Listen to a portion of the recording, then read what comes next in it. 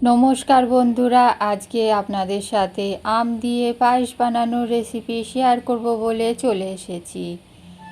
দারুণ খেতে হয়, আপনারাও বানিয়ে খেয়ে দেখবেন, আপনাদেরও খুব ভালো লাগবে।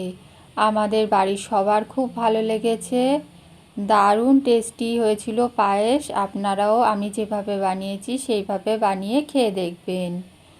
প্রথমেই আমি একটা আম নিয়ে নিয়েছি, আমটাকে ছাড়িয়ে নেব। বন্ধুরা, একটা আম দিয়েই আমি পায়েসটা বানিয়েছি, অল্প পরিমাণে বানিয়েছি। প্রথমে আমি আমটাকে এখন কেটে নিচ্ছি। আমটা ছাড়ানো হয়ে গিয়েছে, ছোট ছোট পিস করে কেটে নিচ্ছি, তাহলে পেস্টটা করতে সুবিধা হবে আর পেস্টটাও তাড়াতাড়ি হয়ে যাবে। আমটা খুব পাকা আর খুব মিষ্টি আম।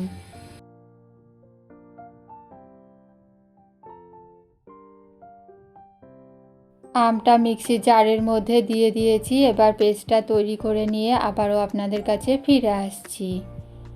এখানে বন্ধুরা ছোট বাটির 1 বাটি গোবিন্দভোগ চাল নিয়ে নিয়েছি। চালটাকে খুব ভালো করে আমি ধুয়ে নেব। একটা ছাঁকনি নিয়ে নিয়েছি, ছাঁকনির মধ্যে চালটা দিয়ে দিলাম, তাহলে ধুতে সুবিধা হবে। চালটা আমার খুব ভালো করে ধোয়া হয়ে গিয়েছে। এবার জল ঝরানোর জন্যে আমি রেখে দেব। গ্যাসের মধ্যে একটা পাত্র বসিয়ে দিয়েছি, পাত্রের মধ্যে 1 প্যাকেট দুধ দিয়ে দিলাম। আজকে এই 1 প্যাকেট দুধেই পায়েস করব। আর অল্প একটু জল দিয়ে দিলাম। দুধের প্যাকেটটা ধুয়ে একটু জল দিয়ে দিলাম, আরও একটু জল দিয়ে দিলাম। এবার গ্যাসটা জ্বালিয়ে দেবো, দুধটা গরম হওয়ার জন্যে বসিয়ে দেব। বন্ধুরা, ছোট একটা বাটি নিয়ে নিয়েছি, বাটির মধ্যে এখন আমি গুঁড়ো দুধ দিয়ে দিচ্ছি। 3 চামচ মতন গুঁড়ো দুধ বাটির মধ্যে দিয়ে দিলাম। দুধটা এখন হালকা গরম হয়ে গিয়েছে। এই গরম দুধ এবার আমি গুঁড়ো দুধের মধ্যে দিয়ে দিলাম। গুঁড়ো দুধটাকে খুব ভালো করে গুলে নেব।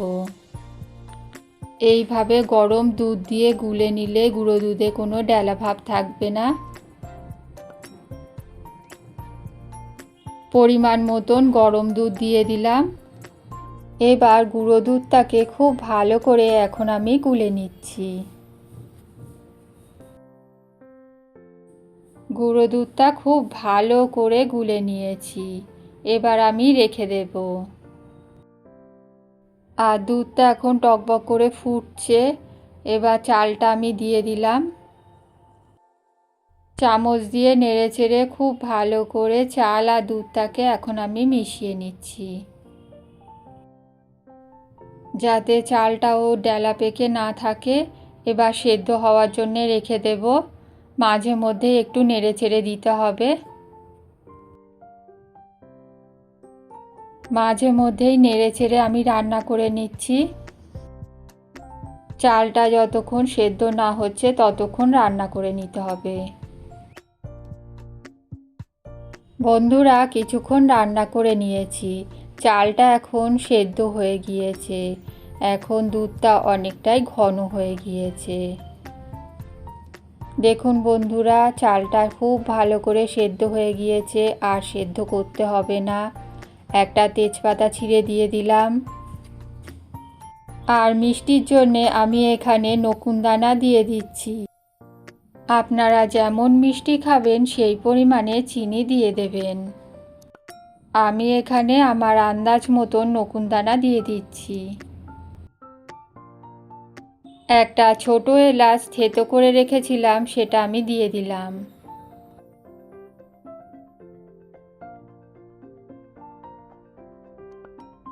এবার চামচ দিয়ে খুব ভালো করে পায়েসটাকে নেড়েচেড়ে নিচ্ছি। এবার নকুনদানাটা গলে যাওয়ার জন্য অপেক্ষা করব। কিছুক্ষণ আমি ফুটিয়ে নেব। এইভাবে মাঝে মধ্যেই নেড়েচেড়ে দেব। স্বাদের ব্যালেন্স করার জন্য অল্প একটু নুন দিয়ে দিলাম। আবার চামচ দিয়ে নেড়েচেড়ে সব কিছু খুব ভালো করে মিশিয়ে নিচ্ছি। গ্যাসের আঁচটা এখন লোতে রেখে দিয়েছি।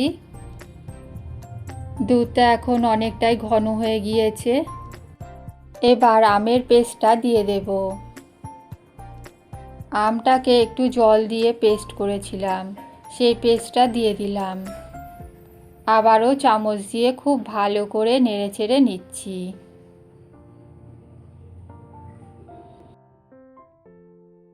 আমটাকে খুব ভালো করে মিশিয়ে নিয়েছি। এইভাবে আমি 5 মিনিট মতন রান্না করে নেব। মাঝে মধ্যেই একটু নেড়েচেড়ে দেব। আপনারা এই সময় মিষ্টিটা খেয়ে দেখে নিতে পারেন, আর মিষ্টি যদি কম থাকে একটু মিষ্টি দিয়ে দিতে পারেন।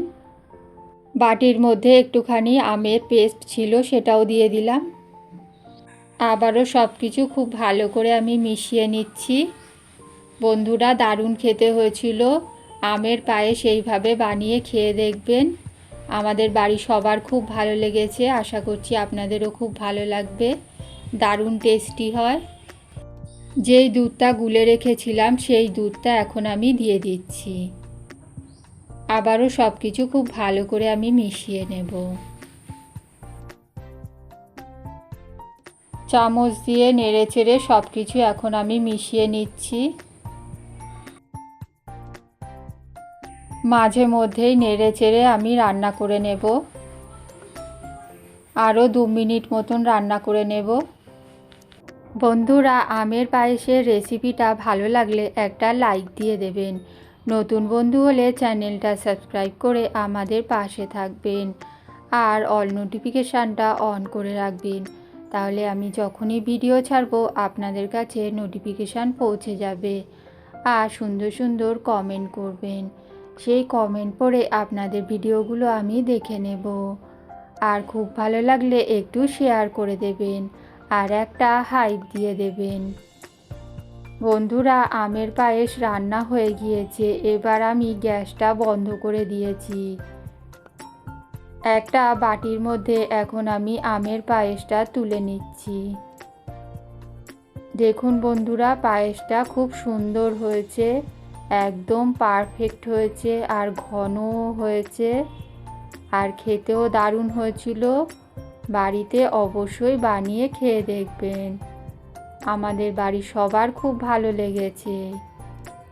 আপনাদের একটা লাইক আর একটা কমেন্ট আমার ভিডিওকে এগিয়ে নিয়ে যেতে সাহায্য করবে। দেখুন বন্ধুরা, আমের পায়েসটা আমি পরিবেশন করে দিলাম। এবার আমি সাজিয়ে নেব। কিছুটা আম আমি ছোট ছোট টুকরো করে কেটে রেখেছিলাম, ওপর দিয়ে সাজিয়ে দিচ্ছি। খেতে খুব ভালো লাগছিল। এই আমের টুকরোগুলো আমের পায়েসের সাথে খেতে খুব ভালো লাগে। অবশ্যই ওপরে একটু আমের টুকরো দিয়ে দেবেন।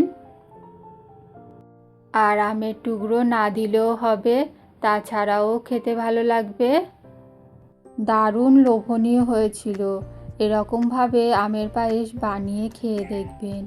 বাচ্চা থেকে বড় সবাই খুশি হয়ে যাবে। দারুণ টেস্টি হয়েছিল। তাহলে বন্ধুরা, রেসিপিটা এখানেই শেষ করছি। ফিরে আসবো নতুন একটা রেসিপি নিয়ে। পুরো রেসিপিটা দেখার জন্য অসংখ্য ধন্যবাদ। সবাই ভালো থাকবেন, সুস্থ থাকবেন। Tata, bye bye.